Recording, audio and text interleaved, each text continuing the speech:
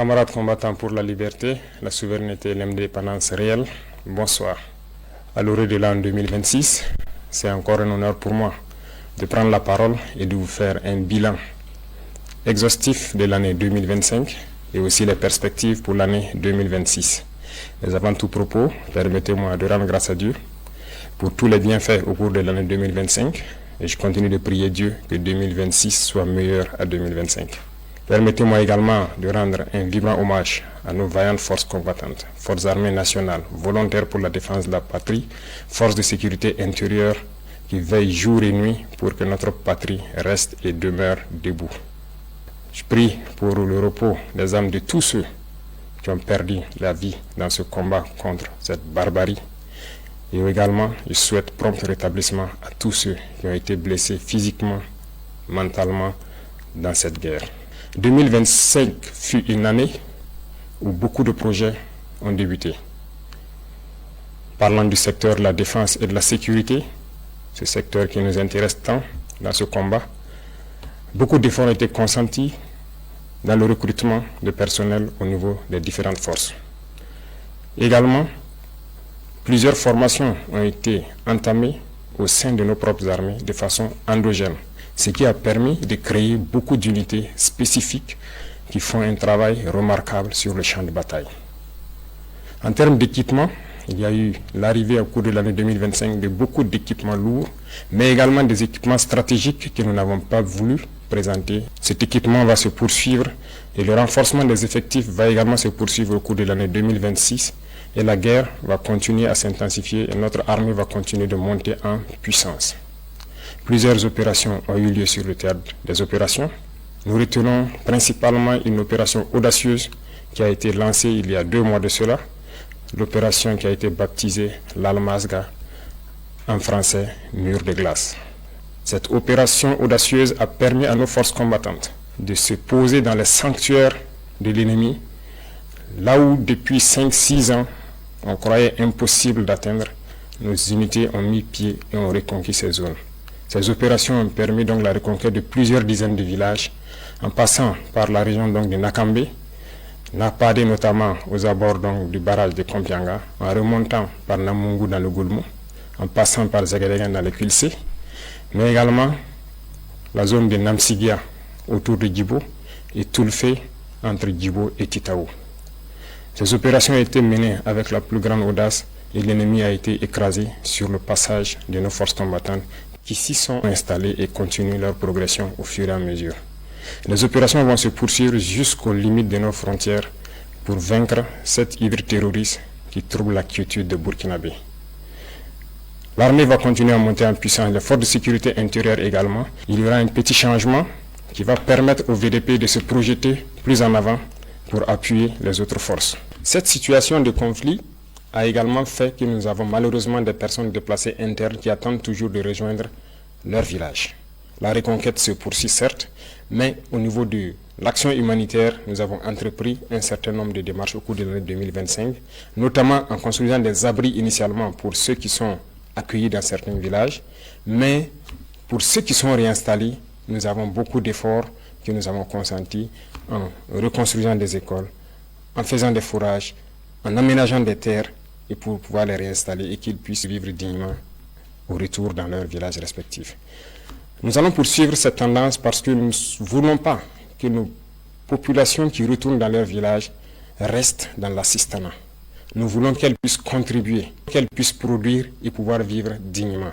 Voilà pourquoi le ministère donc, de l'Action humanitaire est basé sur les différents ministères pour pouvoir accompagner toutes ces personnes déplacées internes initiales au retour dans leur village, de pouvoir s'installer et avoir donc de quoi travailler dans leur village respectif.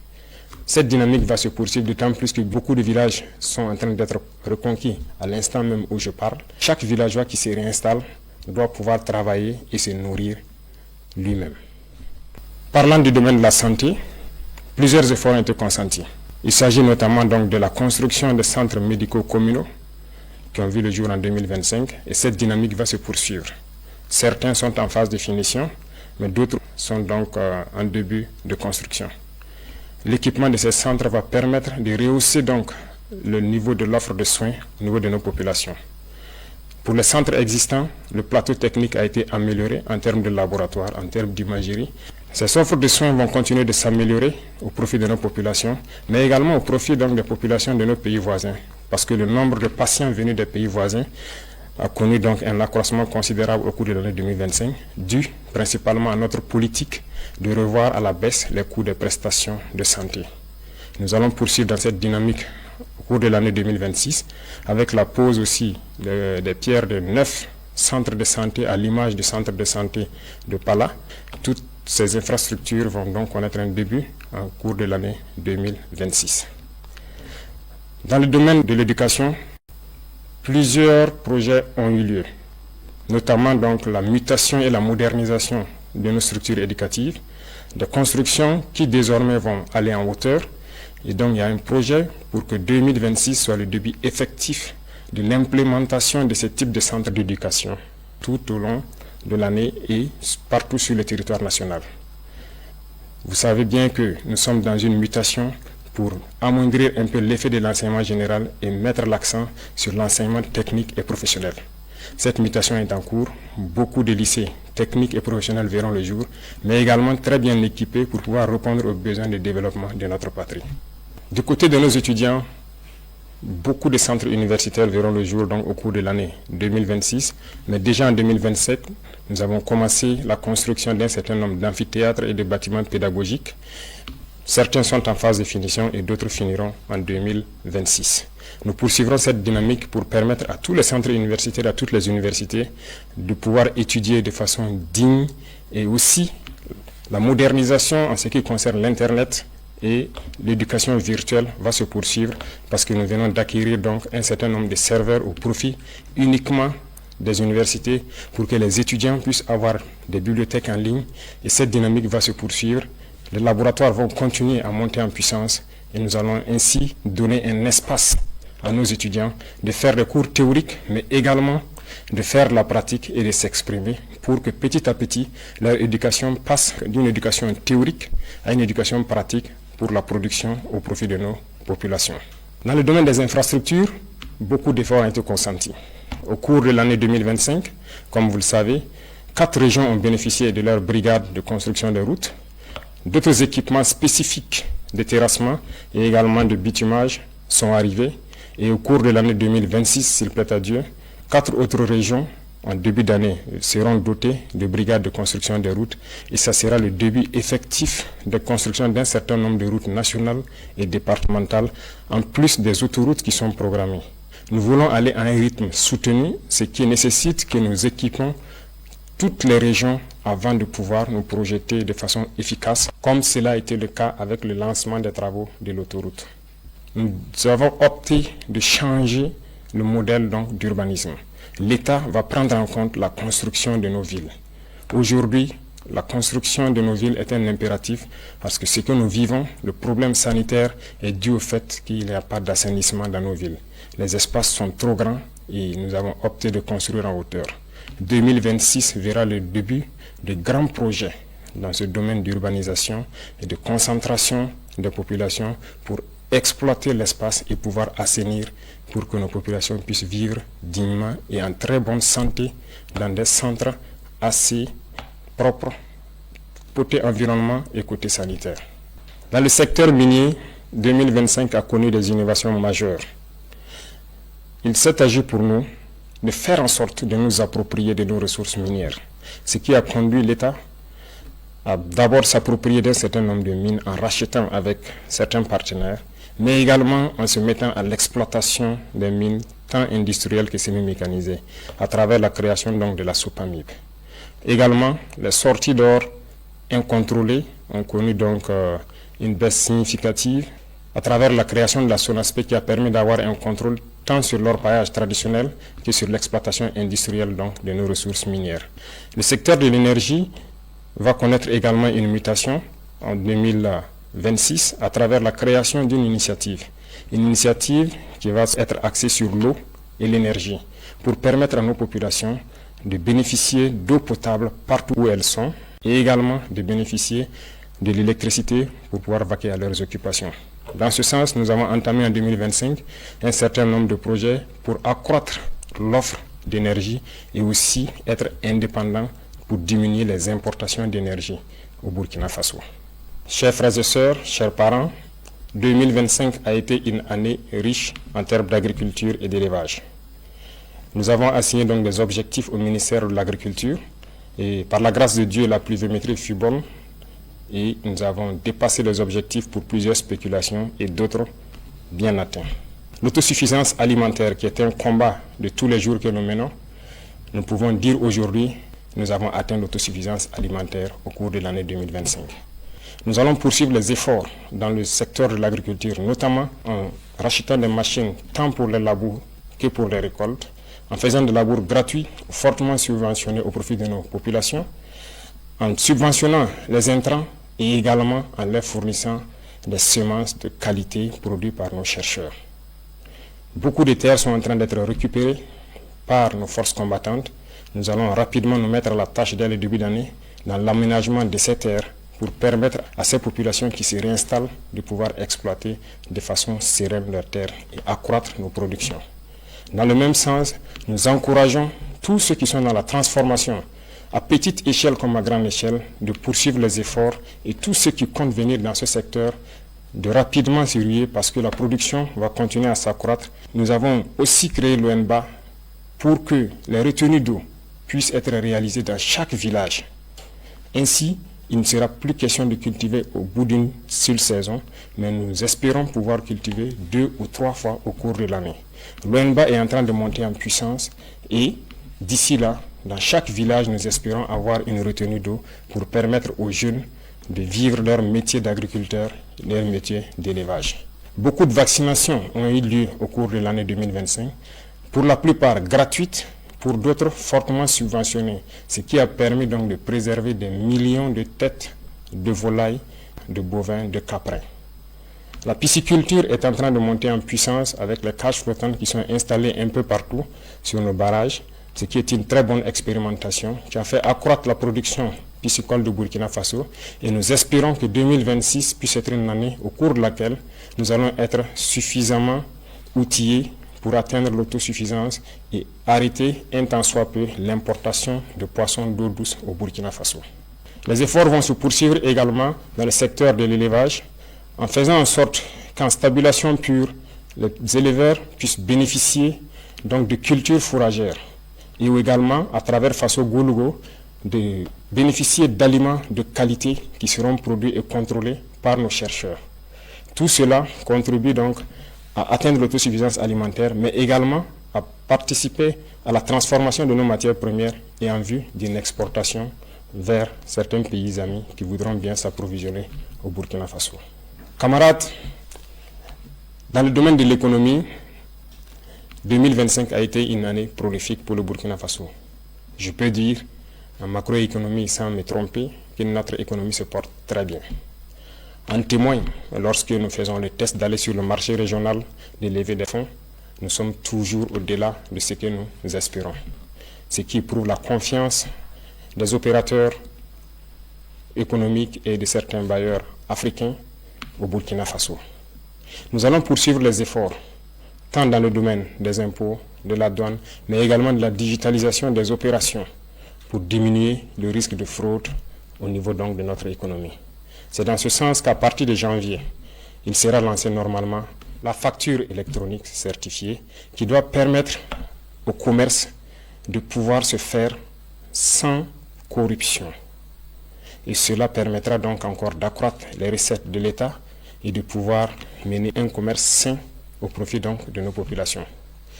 Nous allons poursuivre les efforts dans le domaine de l'économie à travers une économie saine qui doit permettre à ce que les investissements soient structurants et continuent à diminuer les dépenses de fonctionnement au niveau de l'administration.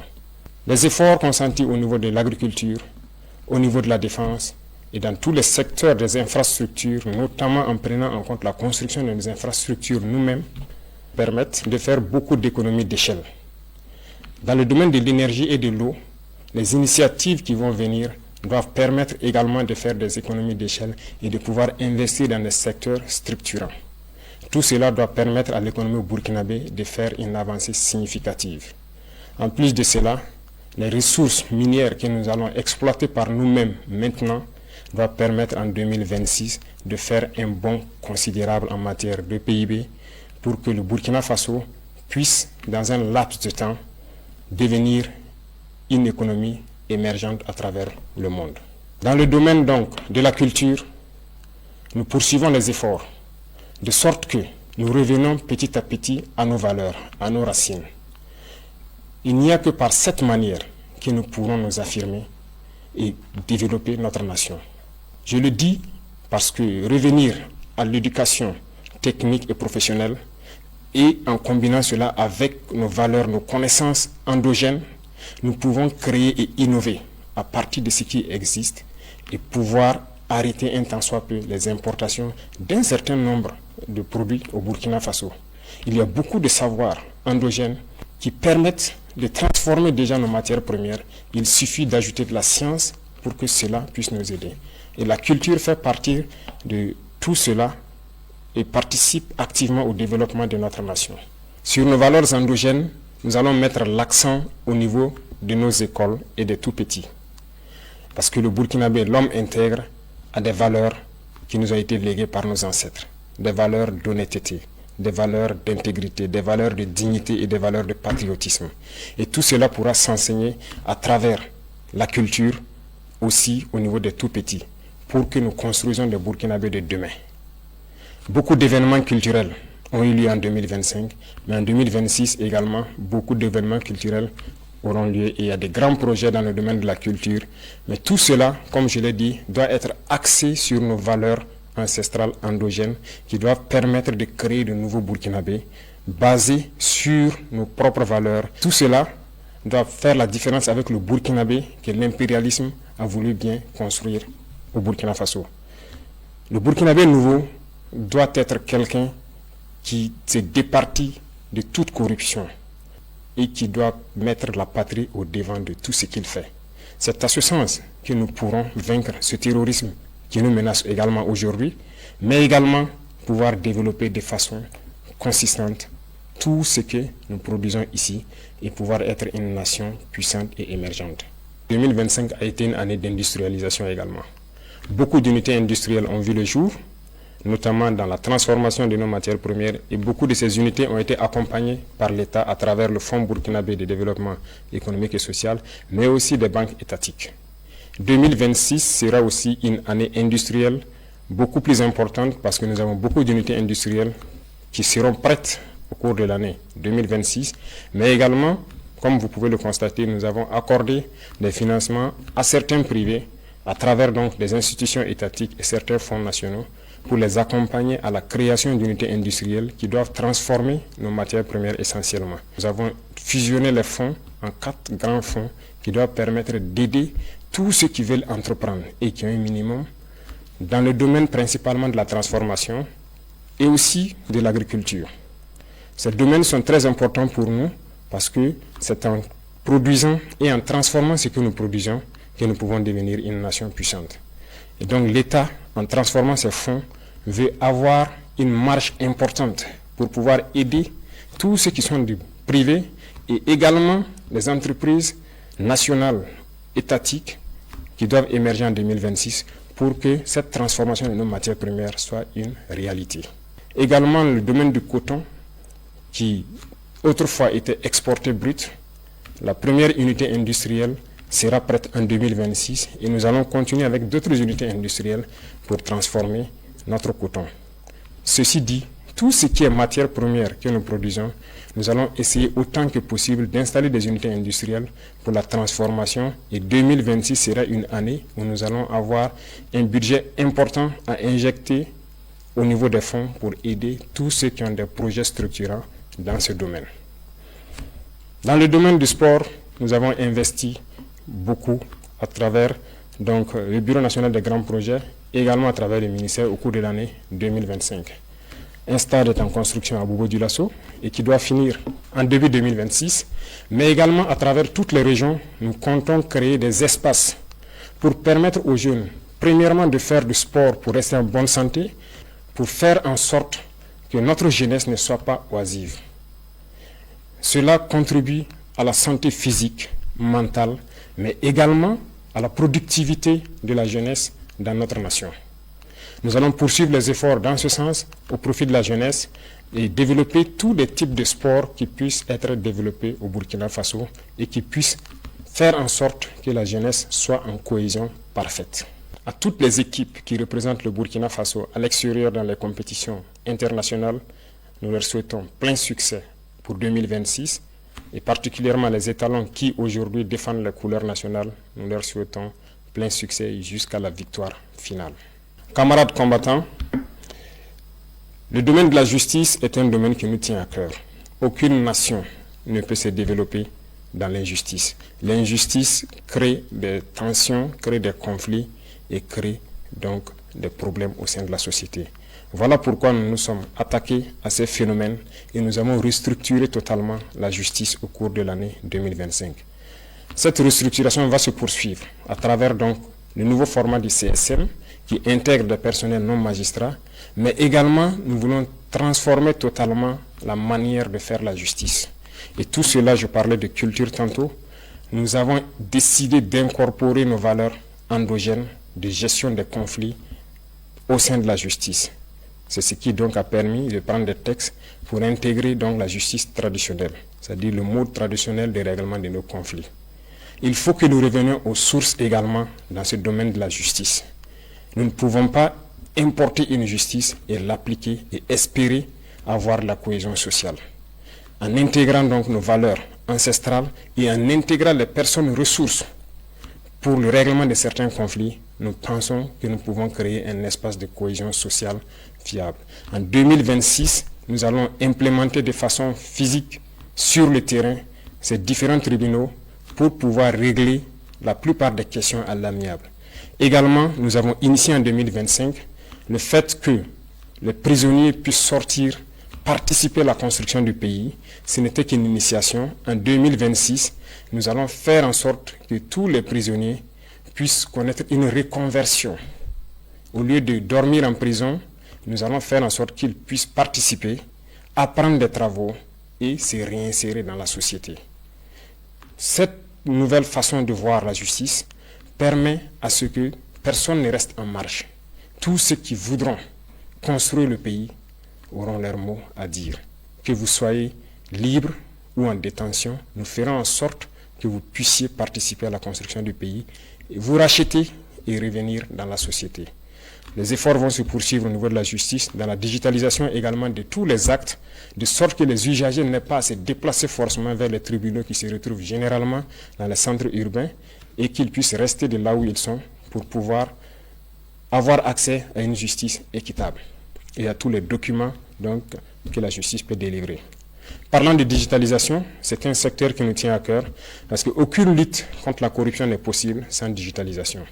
Nous avons fait un pas énorme, mais beaucoup reste à faire. Nous avons un programme pour les 5 ans à venir où nous devons quitter une situation précaire pour être un modèle. Déjà, le Burkina Faso a pu acquérir ses premiers serveurs de data centers et des grands data centers sont en construction, ce qui permettra à nos ingénieurs de concevoir des applications sans crainte et de pouvoir les héberger sur place. Avant, nous importions des applications que nous ne maîtrisons pas, mais aujourd'hui, la plupart des services au sein de l'administration sont en train d'être dématérialisés et tout cela, c'est grâce à nos ingénieurs informatiques qui font un travail remarquable pour que l'usager n'ait plus à se déplacer vers les services pour forcément avoir accès. De son poste, il peut tranquillement avoir accès à certains services. En plus de tout cela, nous sommes en train de mettre en place des maisons de citoyens. Et les constructions vont démarrer en 2026. Ces maisons seront donc installées dans beaucoup de chefs-lieux de province, mais également nous irons jusqu'au département pour faire en sorte que quiconque ne maîtrise pas l'outil informatique puisse aller dans ces maisons, trouver des Burkinabés qui vont les aider à avoir accès à tous les services à travers les plateformes qui seront installées sur les machines dans ces maisons. Cette digitalisation va se poursuivre et la modernisation de l'administration également va se poursuivre pour nous permettre de lutter efficacement contre la fraude et tous les abus qui puissent exister au sein de l'administration. Chers frères et sœurs, chers parents, vous avez pu constater qu'au cours de l'année 2025, nous avons dû faire donc les états généraux au niveau de l'administration territoriale.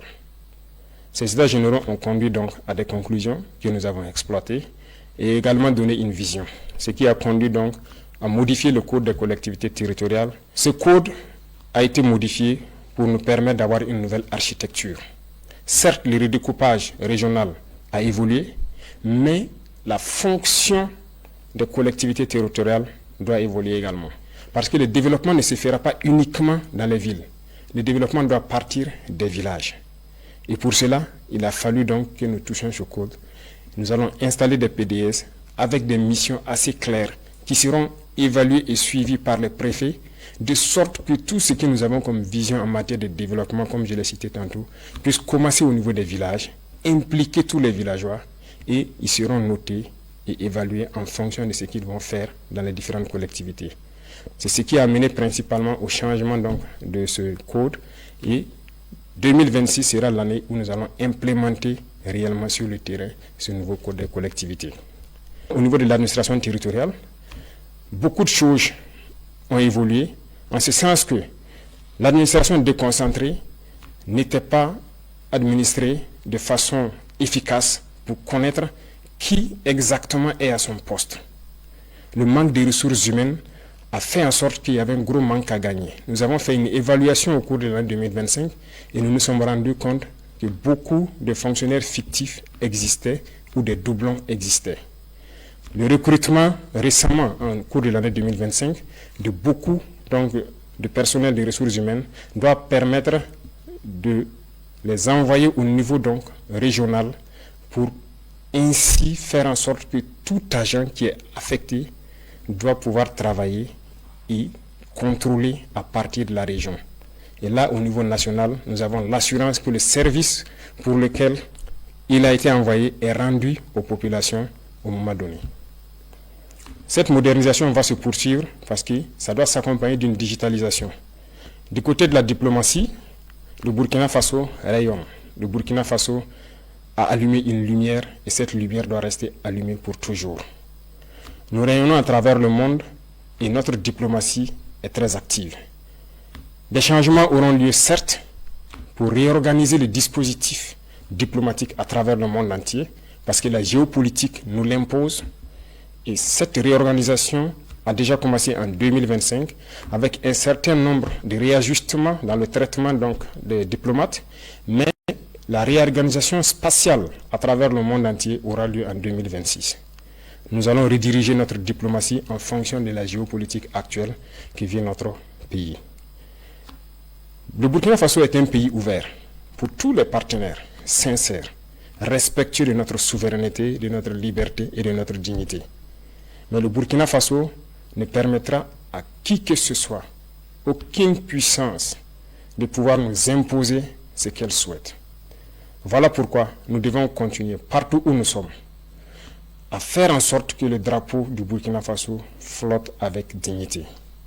Et ceci pour m'adresser à la diaspora, que je félicite pour ses actes patriotiques, qui continuent de faire rayonner l'image du Burkina Faso à l'extérieur, de continuer à rester patriotique et intègre. Parce que lorsqu'on parle du Burkinabé, nous devons entendre l'homme intègre, l'homme digne, et c'est ce que nous voulons au niveau de la diaspora. Et les encourager à travers donc l'organisation au niveau du Haut Conseil de Burkinabé de l'extérieur à revenir investir au Burkina Faso, leur patrie. Et nous leur ouvrons les portes et nous allons mettre tous les mécanismes en place pour qu'ils puissent revenir et investir de façon sécurisée. Au niveau confédéral, le Burkina Faso poursuit sa contribution au niveau de notre espace commun qu'est l'AES. 2025 a été une année où on nous a confié une lourde responsabilité de conduire la destinée de la Confédération.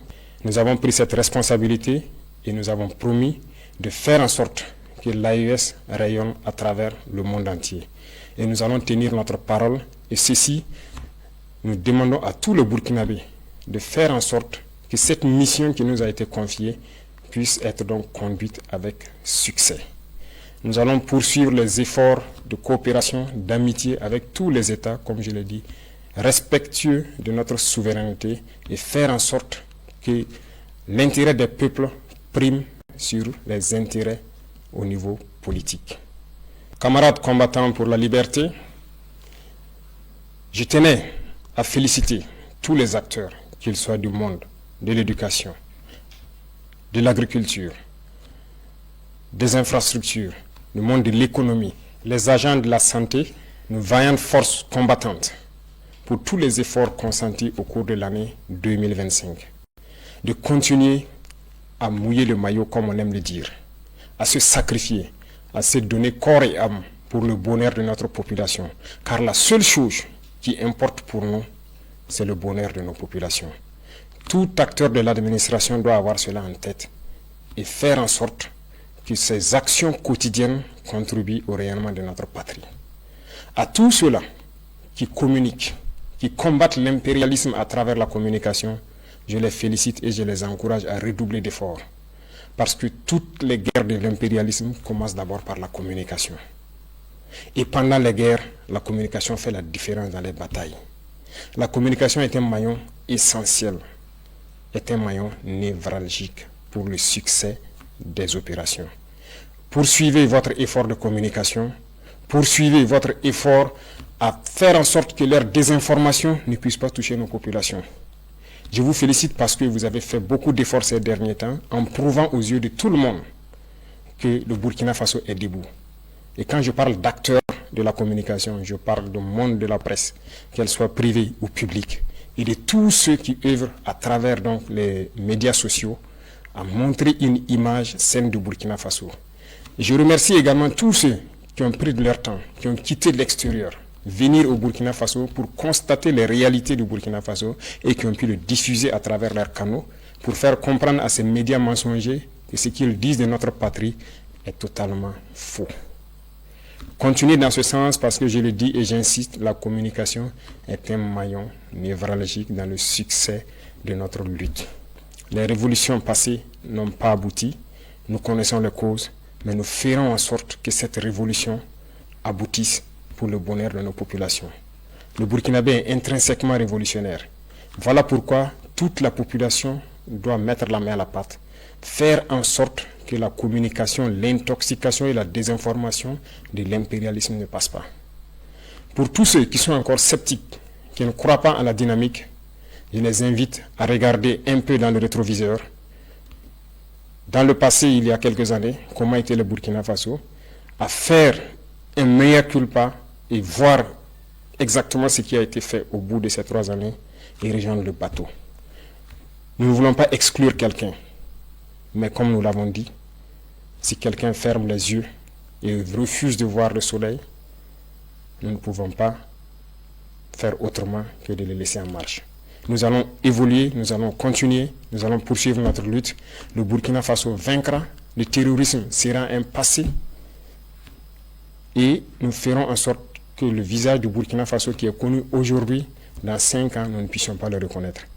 Bien sûr, le changement sera positif et nous devons le faire pour nos enfants, pour les générations à venir. Et ce combat est bien possible et il est déjà gagné. J'invite tout un chacun à redoubler d'efforts pour que 2026 soit meilleur que 2025. Vive le Burkina Faso, vive notre patrie libre, digne, intègre et prospère. Bonne et heureuse année 2026. La patrie ou la mort, nous vaincrons.